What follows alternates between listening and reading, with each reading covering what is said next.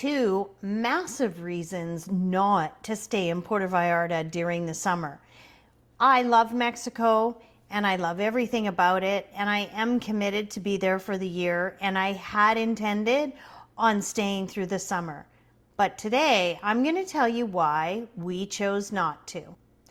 So the first reason may be obvious to a lot of you, but for someone like me who loves the heat, this actually surprised me a little bit, but it ties into the second reason as well.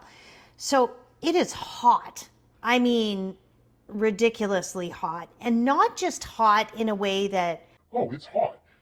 It's hot in a way that you sweat just throwing your feet off the bed in the morning. I mean, it is super hot.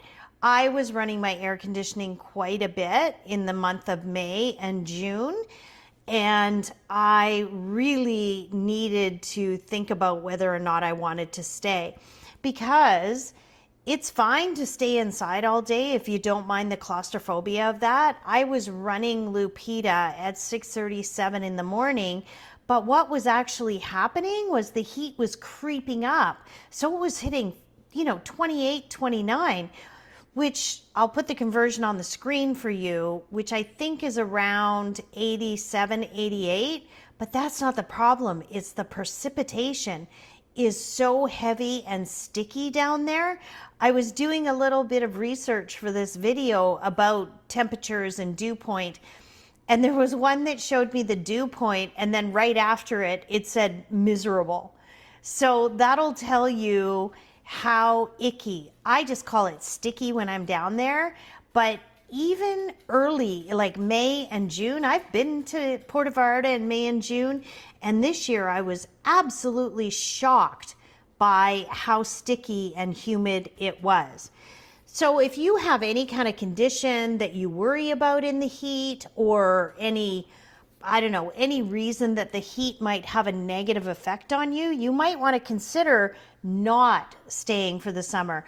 I don't have any of those, but I also am a bit of a princess and didn't want to be uncomfortable.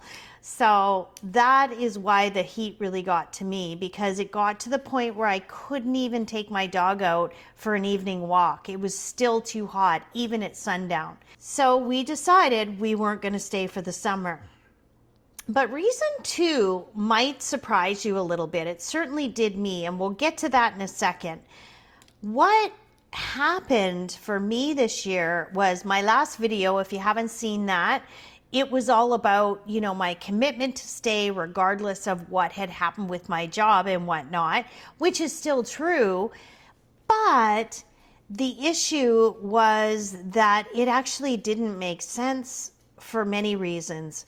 Right now is a time that I need support from my friends and my loved ones. So coming home absolutely made sense.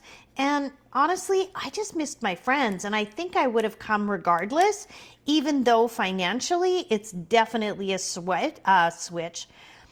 It's definitely a stretch for me to have made this trip this year, but it's okay. It'll all work out in the end. And now I want to talk about the biggest reason to go, which actually ties into financial stresses. If you have never paid utilities in Mexico, this might come as a surprise to you, but pretty much every household works off a discounted rate. And what they do is that rate changes place to place. So you might have less kilowatts to get that discount in Mexico City than in Puerto Vallarta, because they know that that coastal city is going to get really hot and humid, and people are going to need their air conditioning. I'm sorry. Lupita, what do you want? So because of that, the kilowatts are different place to place. So I don't want to quote any crazy numbers here, because I know that the information, even when I was doing research for this, has changed a lot. Like, it changes all the time, and it depends on where you are. Even within the city, I think there's different zones within Puerto Vallarta. I do have a neighbor friend who doesn't live far from me, and this is completely anecdotal, but she managed to get herself into this trap. And this trap is the kilowatt trap, as I like to call it. What it is in reality is if you, on a rolling average over 12 months, not one bill or two bills, but over 12 months, so that's 6 complete cycles, if you overuse your hydro in that time for a month, 12-month average, and I don't know exactly where it starts and stops, which is a bit frightening too, because you never know where you are in the cycle. Haven't figured that out yet, but I will. However, she got herself caught in that where she's actually paying triple for her utilities that I'm paying. I think her last bill, because we all kind of get them at the same time, was 4,500 Mexican pesos, and I'll put the conversion on the screen, and mine was 450 pesos. And that is because, for a couple of reasons. So it could be because she has run up her hydro over months and months and months, and that's now her new reality number. And in order to get that down, she has to keep her hydro low for enough months to bring down her rolling average over 12 months. So I hope I explained that clearly enough. But what I will add to that is the absolutely terrifying part. If you're a renter, let's say she moved out of that apartment and I said, oh, I'm going to rent that apartment. So now I move into that apartment. It doesn't matter that it's a whole new person. I would still be paying her high rate.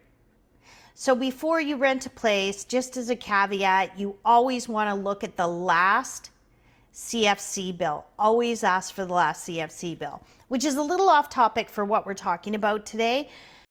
Leaving Mexico for 2 or 3 months is going to bring that average way down, no matter where you are in that cycle.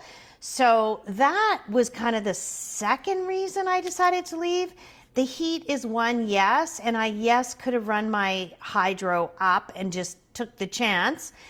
But man, my apartment, even if I turn the air off, within 15 minutes, it's gone up 2-3 degrees, and I can't get my apartment in May and June. I could not get the temperature barely below 25 Celsius. So that'll give you an idea of how hot it is in my apartment in particular. So to stay there all summer, I most certainly would have run my bills up over that CFC, and then I would have been paying the DAC amount, which is, I can't remember what DAC stands for.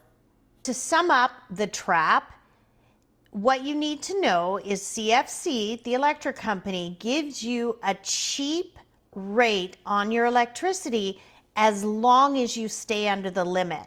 My understanding of my area and where I am, it's about 100 kilowatts a week. And I already went over that in June. So it's something to think about in terms of, can I afford to live here? Can I afford to pay really high utility bills? When the heat rises and you're melting, you're not going to want to not use your air conditioning because it becomes unbearable. Now, the one caveat I want to share to all of this is that when I was doing my research, I couldn't find hard numbers, so I really wanted to be careful. I know my particular household number is 100 kilowatts a week, which is quite easy to go over if you're using air conditioning. If you're not using air conditioning, that is more than enough power for everything you need. So that's it for today. If you got this far, thank you so much for watching. A quick update for those of you who are regulars to the channel. I am on Vancouver Island now for July, August, and September. I'm going to be dog sitting all month of July, these massive beasts, my friends' dogs. So I am house sitting now and dog sitting. And then the next couple of months, I'm going to make a couple of little road trips. I'm going to look at some property that I would like to buy, and I'll take you along. Of course I will. Let me know in the comments if you have any more questions about the electricity or the heat in Mexico for summertime. I do recommend you have somewhere to go. I do have a neighbor in Mexico who said she just doesn't go home anymore. She just sucks it up. And I'm like, wow, you're brave, really brave, because it is ridiculously hot.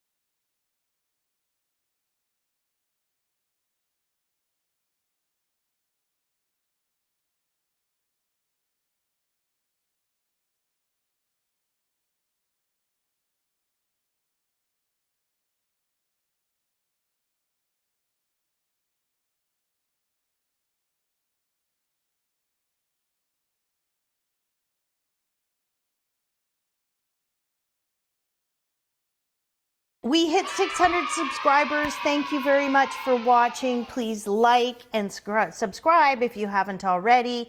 And let me know if there's anything you'd like me to talk about or anything you would like to see while I'm in Canada that I can show you. Anyway, I'm in British Columbia if you have any questions.